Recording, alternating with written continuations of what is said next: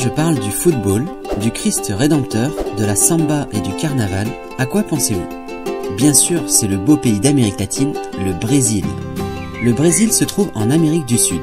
Avec une superficie de 8,51 millions de km², il est le 5e pays le plus grand de la planète. Grâce à ça, le Brésil est riche en ressources naturelles, plus précisément, il est le premier producteur de plusieurs cultures et le deuxième de minerais de fer au monde. Il est également le premier producteur de pétrole en Amérique du Sud. Alors, comment profiter au mieux de ces ressources? C'est une excellente idée de les vendre à d'autres pays.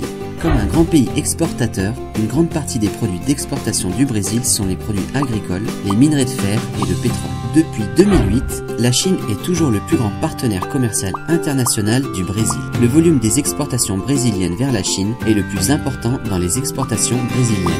Imaginez, l'économie brésilienne est un grand bateau dont le moteur principal est constitué de 3 voiles, les produits agricoles, les minerais de fer et le pétrole.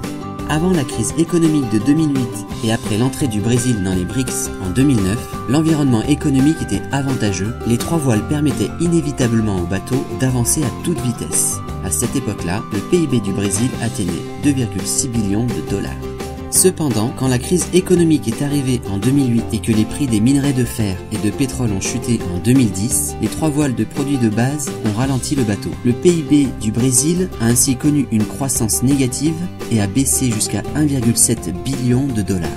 Heureusement, à présent, l'économie mondiale commence à se redresser. Les économies des BRICS, y compris celle du Brésil, sont sorties de l'embarras. C'est un bon signe, car on peut s'attendre au redémarrage du bateau de l'économie brésilienne dans un futur proche.